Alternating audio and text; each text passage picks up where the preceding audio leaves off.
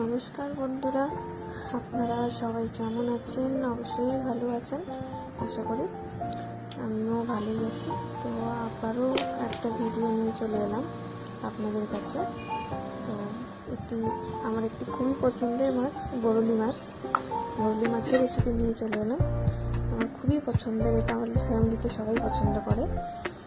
ঠিক আছে, তো এই মাছের রেসিপিটা আপনাদের কাছে আজকে শেয়ার করলাম।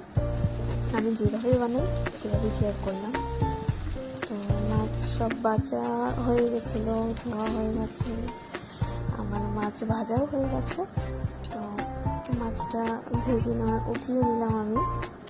নেওয়ার পর তারপরে আমি একটু কালো জিরে ফোড়নে দিলাম, শুধু কালো জিরে দেওয়ার পর আমি পেঁয়াজ কুচি যেটা কেটে রেখেছিলাম ওটা আমি দিয়ে দিলাম।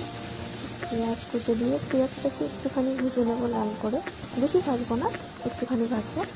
ভেজে নিয়ে তারপরে ওতে আলু দিয়ে দিলাম, হলুদ নুন সব দিয়ে দিলাম। দিয়ে দেওয়ার পর আলুটাকে একটুখানি পেঁয়াজের সাথে দুটো একসঙ্গেই ভেজে নিয়েছি।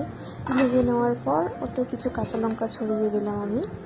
ঠিক আছে, তো কাঁচা লঙ্কা ছড়িয়ে দেওয়ার পর আলুটাকে ভেজে নিয়ে তাতে আমি জল দিয়ে দিলাম। জল দিয়ে এবার আলুটাকেও সেদ্ধ হয়ে যাবে তখন আমি মাছটা দিয়ে দেবো সব থেকে লাস্টে। মাছটা দিয়ে দেওয়ার পর আরেকবার